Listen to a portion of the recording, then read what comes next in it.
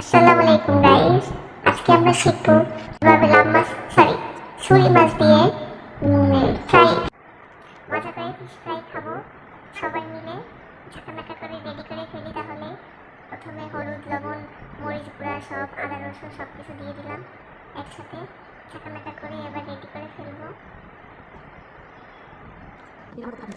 মশলা ভালো করে মাখিয়ে নিতে হবে। মাছের আনাচে কানাচে ভালো করে কাটার মধ্যে ঢুকিয়ে দিতে হবে। ভালো করে মাখায় নিতে হবে। পেটের মধ্যে মশলা ঢুকাই দিতে হবে।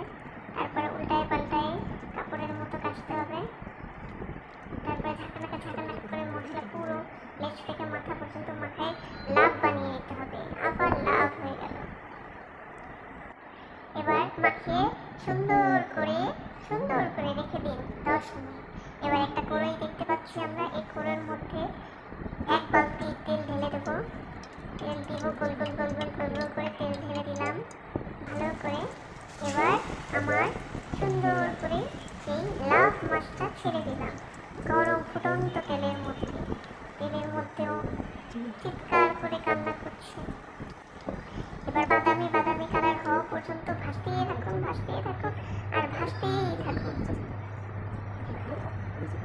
মাছটা ভালো করে ভাজার পরে মাছটা দেখি একটু উল্টে পাল্টে দেওয়া যায় কিনা।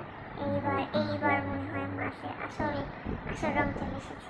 তৈরি হয়ে গেছে আমাদের লাভ মানে ছুরি মাছ ফ্রাই। বন্ধুগণ দ্রুত লাইক আর সাবস্ক্রাইব করো।